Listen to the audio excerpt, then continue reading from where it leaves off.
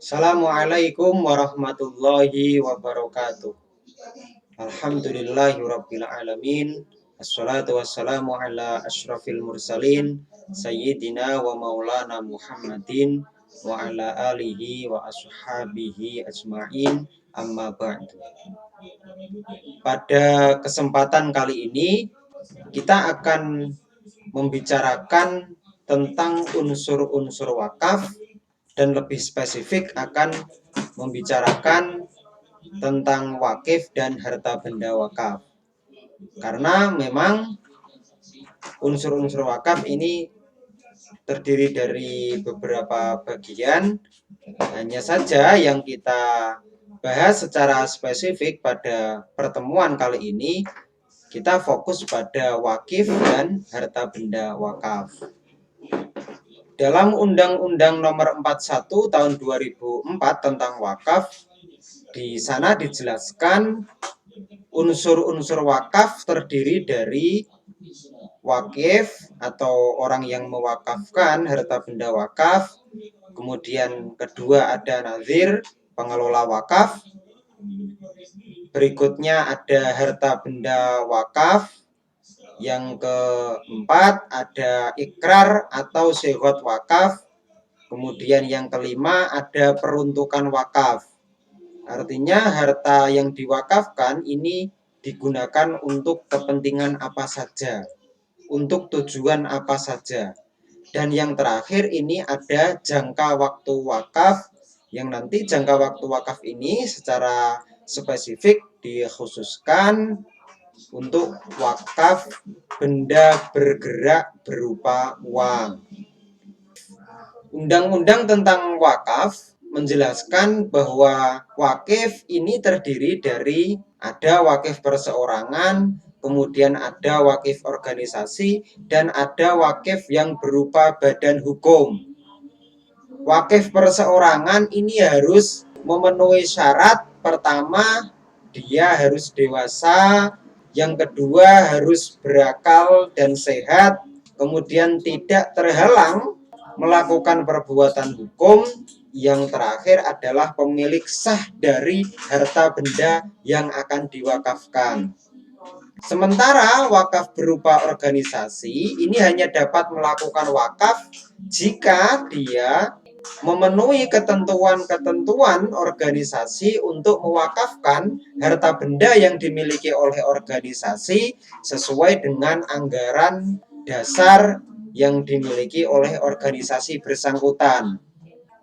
Yang ketiga, ada wakif yang berbentuk badan hukum. Sama seperti wakif berupa organisasi, wakif badan hukum ini juga hanya dapat melakukan wakaf apabila memenuhi ketentuan untuk mewakafkan harta benda yang dimiliki oleh badan hukum tersebut sesuai dengan anggaran dasar yang digunakan oleh badan hukum itu.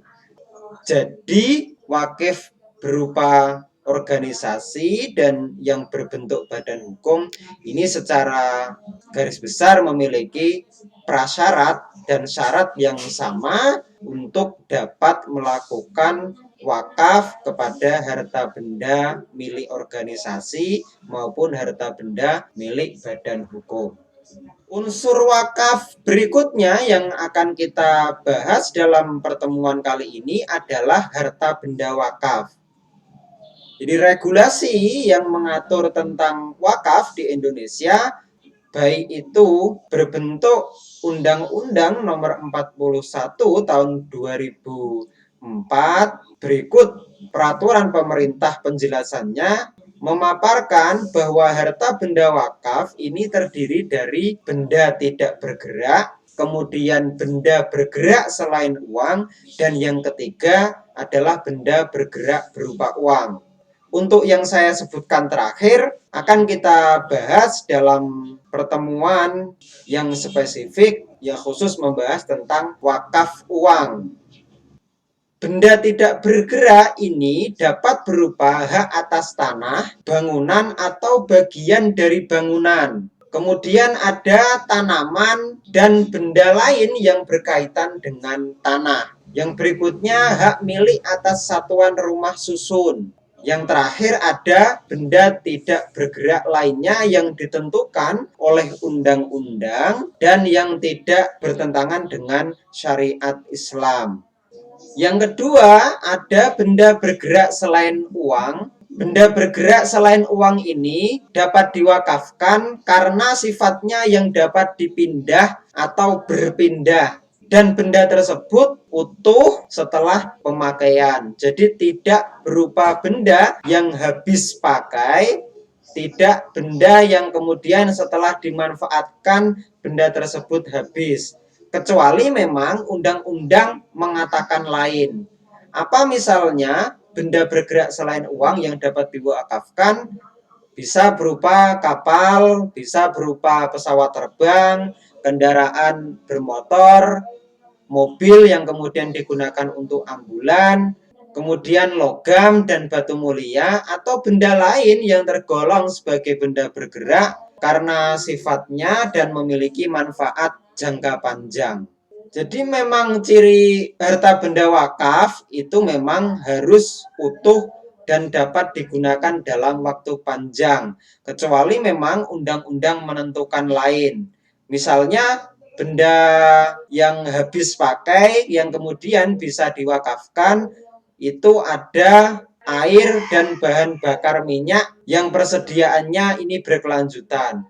Selain contoh-contoh benda bergerak yang dapat diwakafkan, yang saya sebutkan di slide sebelumnya, ada beberapa benda bergerak selain uang yang juga dapat diwakafkan. Yang pertama ada surat berharga, kemudian ada haki, hak atas kekayaan intelektual, dan yang terakhir ada hak atas benda bergerak lainnya. Surat berharga ini meliputi yang pertama adalah saham. Saham itu ya modal yang diberikan oleh orang kemudian yang dimanfaatkan untuk usaha atau untuk perusahaan tertentu. Kemudian ada obligasi yaitu surat pinjaman yang dapat diperjualbelikan. Kemudian ada surat utang negara.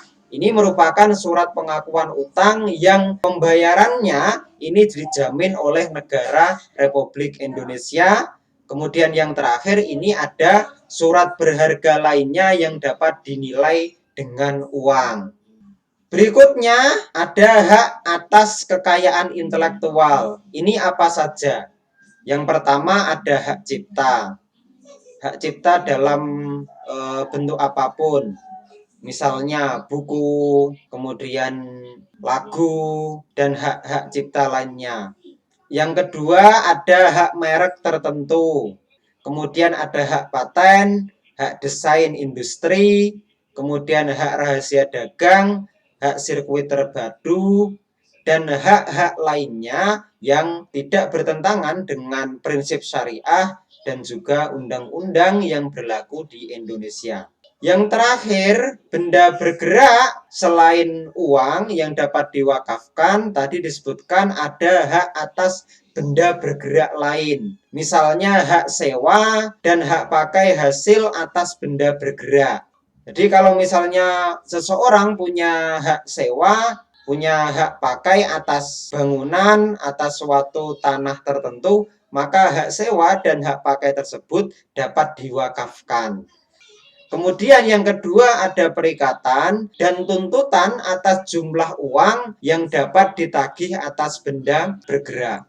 Saya kira ini yang dapat saya sampaikan tentang unsur wakaf, spesifik pembahasan pada unsur wakaf berupa wakif dan harta benda wakaf. Mohon maaf, wallahul muwaffiq ila aqwamit thoriq.